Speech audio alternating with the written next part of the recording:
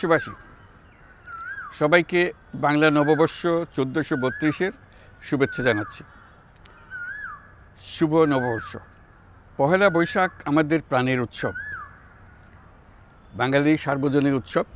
পুরো পৃথিবীতে যেখানে যেখানে বাঙালিরা আছেন, আজ আমাদের সবার আনন্দের দিন, বর্ষবরণের দিন।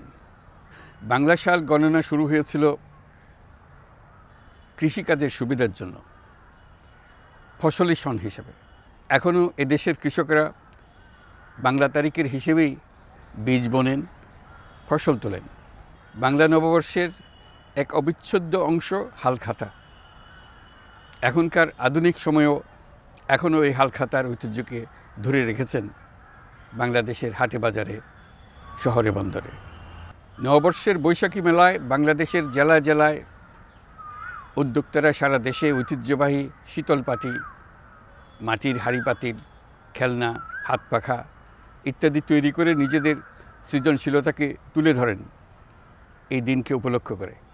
বাংলাদেশের সংস্কৃতি ও ঐতিহ্য রক্ষায় এবং একে এগিয়ে নিয়ে যেতে আমাদের সবাইকে সক্রিয় ভূমিকা রাখার জন্য অনুরোধ জানাচ্ছি। 24-এর গণ অভ্যুত্থান আমাদের সামনে বৈষম্যহীন বাংলাদেশ গড়ে তোলার সুযোগ এনে দিয়েছে।